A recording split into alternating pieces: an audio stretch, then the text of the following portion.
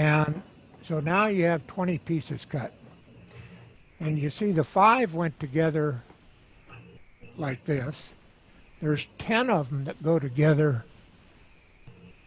in the centerpiece. See if I can get my fingers on there right so you can see, okay? And if I put the other 5 over here, that gives you an idea of how you can change the colors of the wood or whatever by changing the ones in the center or the ones out on the outside edge, okay? So at this point, we need to put this together we got to glue them, right? So you lay down about a 12-inch piece of masking tape.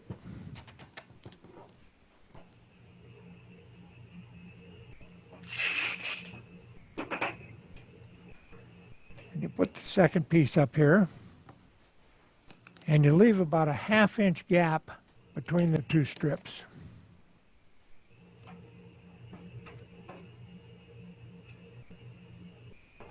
And then you lay yourself out a edge, go about halfway across the tape.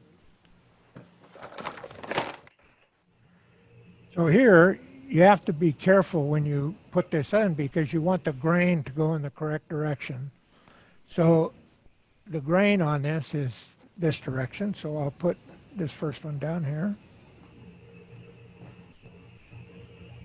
And then I'll put the next one, the grain will be this way. All right. Put another one. Another one.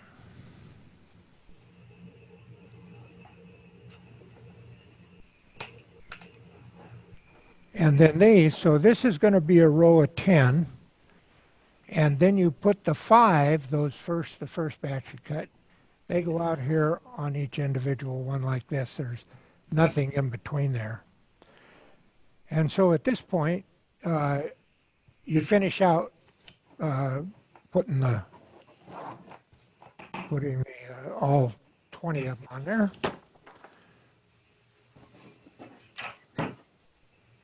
And by gosh, there's the 20, okay? There's those 2 strips of tape. So what you have to do is go down in between each of these and cut out that little half piece of tape so that when you put this together, the tape doesn't crush up in there and cause a space in there. And you also cut it at the ends, all the way across the ends. And this is the result, is what you're looking at. So now you put glue. You've got to get glue on every side of this. Okay? Put glue down here, glue in here, and do it. Then I take a brush and make sure everything is, glue is everywhere on every pass. And I'm very liberal with the glue because you don't want to do a little bit of glue because it'll set up on you by the time you get the clamps going. So now this thing is all glued up and it's messy. And you start rolling this up with the glue. And the pieces go inside, okay? And you just keep rolling. And rolling. And these end pieces go up in there. Okay? And there we have it. Now with the glue on there, it holds together better. Here right now, there's no glue, so it's kind of... And what I do is I put a rubber band around the center here. And if you look, you see this is you're always going across the sides with your rubber band. Well, look this way. There's another one this way. And there's another one this way. And there's 6 different ways that you can put a clamp on this, okay? And at this point, I take a wet rag and get off as much of that glue as I can. But you've got to be able to see where the edges of the wood and the tips of the wood are when you start clamping it. So I'm not going to take those off there because it'd fall apart. It doesn't have glue on it. But So you put a clamp on. And my gun doesn't go as fast right here, but so the very first one, you want to just barely get it to where it's touching that. You don't want any pressure on it yet at all.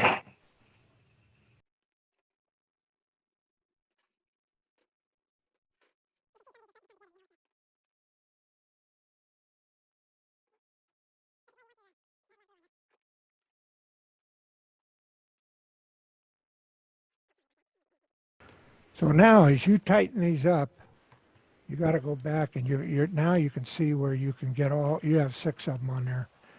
When you do that, you can watch these things and you can push them and get them together. You see how that came together?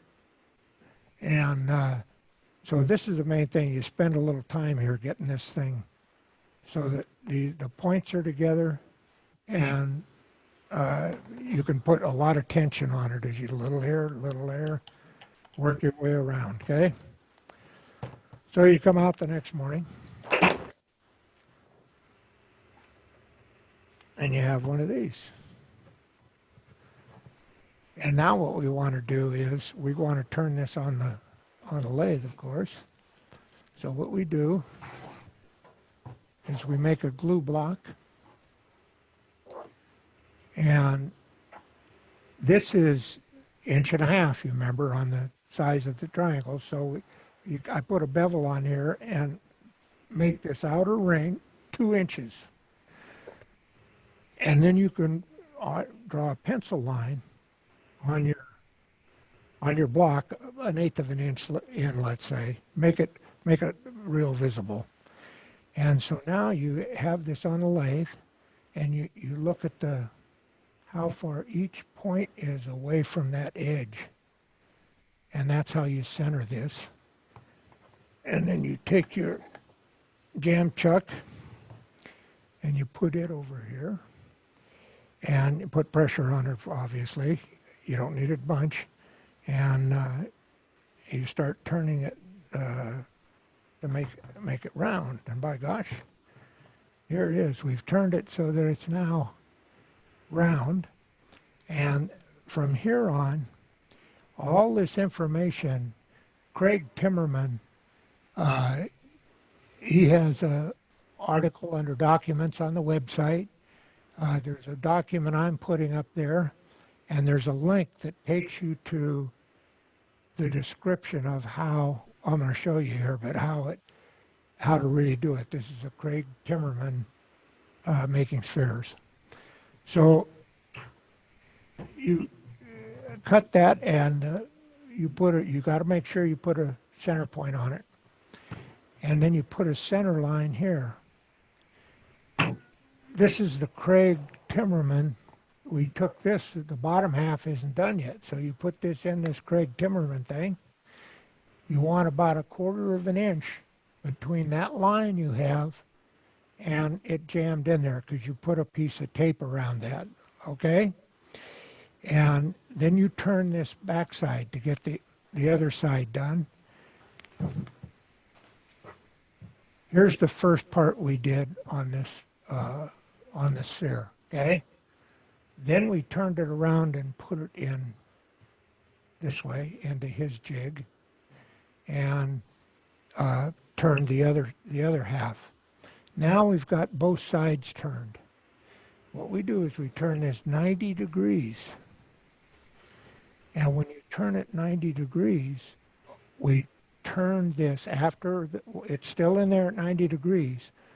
We turn this line on that's a perfect circle. This is why I really like his way. You don't have to keep putting stuff up there. It's a perfect circle. So you go back and you put it in the way you had it originally, and you turn half of this. And you can see here, right here, is the first line I'd put on this. That never goes away until the very last cut. So that line is there, and you turn this side down, then you flip it around in his jig, and you turn this other side down to the bottom of that groove. And what you come up with is a round icosahedron ball. What do I do with this ball? Here's a ball that has spacers in it. And at this point you can drill holes where all those tips were. And you can put ornaments in all those places. So you see that center, that's that ball with the holes in it with ornaments stuck out everywhere. And that's what you can do with icosahedrons. Thank you. Have you ever done that on a bandsaw? No. Can it be done on a bandsaw? No. These cuts, you know, when you're testing these pieces, putting them together, they have to be perfect. I don't think, you know, with a bandsaw blade, I think you'd have rough edges on here. But I've seen those new things, or they're doing things with the segmented turning with the bandsaw, but any little thing will show up when you glue it all together. Doug, do you have a write-up for that or anything that you could put on the web so that we can remember what the I can't. angles are? There's going to be a document on the web that explains this whole thing. And like I said, it has a link to Craig Timmerman's description of how to turn it into a ball. So yes, that will be up there. Are there any other questions?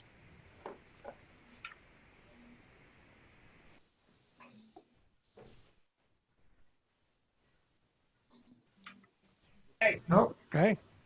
Okay, well, thank you, Doug.